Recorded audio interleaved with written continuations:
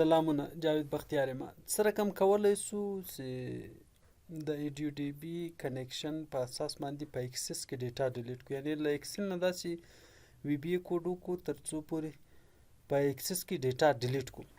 مثال په ډول له ما سره په دې ايکسيس کې دا لوکیشن ده، دا یو ټیبل ده را سره، او دا یو ریکارډ ده 10 نمبر. ټول هم ډیلیټولی سو. زه غواړم بیس آن کرایټیریا باندې ډیلیټ وکړم. دا 10 EMP نمبر چې ده دا ډیلیټ کم، دا ریکارډ زه را سره کلوزوم. راځم اکسل ته. د اکسل کې مثال دلته زه یو بټن اخلم او دې باندې رائټ کلیک کوم، edit text delete from MS access په دې کلیک کوم، د دې سایز ورته چینجوم، کلر یې چینجوم او بولډوم یې سنټر ته یې راوړم. په دې رینج کې به زه EMP ورته پاسوم 10. نو بیا به د دې رینج یا دا رینج چې د شیټ 1 کې ده او رینج A1 ده، نو د دې په اساس ماته ډیلیټ کوي. رائټ کلیک کوم او دې ته ماکرو اساین کوم. دې ځای نه نیو ماکرو اخلم. ماکرو کې لومړی ګام دا ده چې باید زه د ADODB لایبرري را امپورټ کړم. نو ریفرنس ته راځم او دلته لیکم مایکروسافټ لپاره M وامه او بیا راځم دلته او دا لایبرري امپورټوم. ریکارډ سیټ ته ضرورت نشته ځکه چې زه نه غواړم چې ریکارډونه را لوډ کړم په ریکارډ سیټ کې. فقط یو کنیکشن جوړوم او هغه اکزیکیوټ کوم. دلته راځم د دې لپاره زه کان په نامو ویریبل اخلم as ADODB.connection.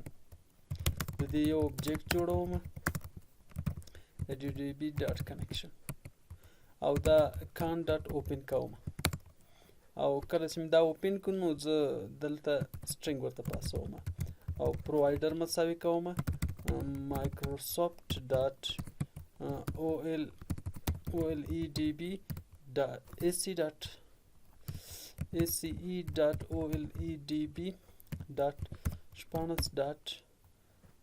دا شپانس د دې اپس انجن ده او بیا دلته راځم ډیټا سورس ورته شایم.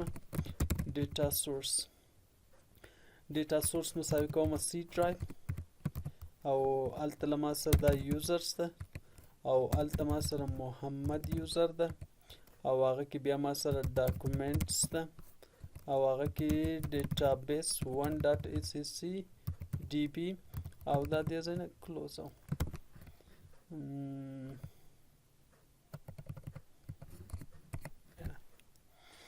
اوس د SQL یوه کیوري پاسو چې هغه ته DML یا کرډم وایي. کرډ چې دا معنا کریټ کا، ریډ کا، اپډیټ کا، ډیلیټ کا.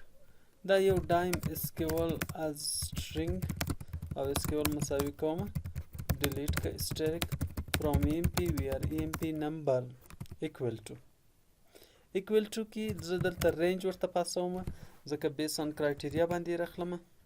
زه دا یو رینج ورته پاسوم. نو راځم دلته ورته وایم sheet 1 dot range of A1 dot values. دلته کنکټینیټ کوم. فقط و سمپل کنیکشن کې اکزیکیوټ کمانډ کاروم او تر څو پورې دا کیوري اکزیکیوټ کړم نو can dot execute او دلته SQL کوډ بالکل سمپل. دغه بعد سټیټ کا کان ایکوال ټو ناتینګ سره لریم نه یو باسم او دا ختم کوم نور کنیکشن. نو د دې لپاره راځم اکسل ته او په دې کلیک کوم په رینج کې ټین در سره او په دې کې مشکل په کوم چې ناٹ ویلیډ پات، یعنی دا مشکل ده چې هغه ادرس صحیح نه ده.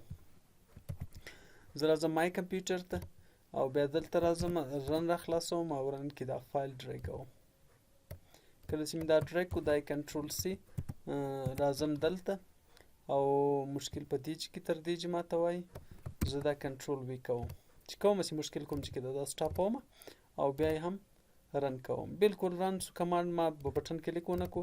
نو که زه اوس اکسس ډیټابیس ته راسم او بیا دلته راسم او دا اوپن کوم 10 نمبر نسته، زه غواړم 3 نمبر ډیلیټ کوم. نو د 3 نمبر لپاره به زه په دې رینج کې 3 ورته پاس کوم. کله چې مې 3 پاس کو په دې کلیک کوم نو هغه را سره ډیلیټ شو. اوس که زه دا بیرته اوپن کوم نو ما سره 3 نشته. دا یو سمپل ADODB اگزامپل و سره کوم یو ریکارډ ډیلیټولی سو.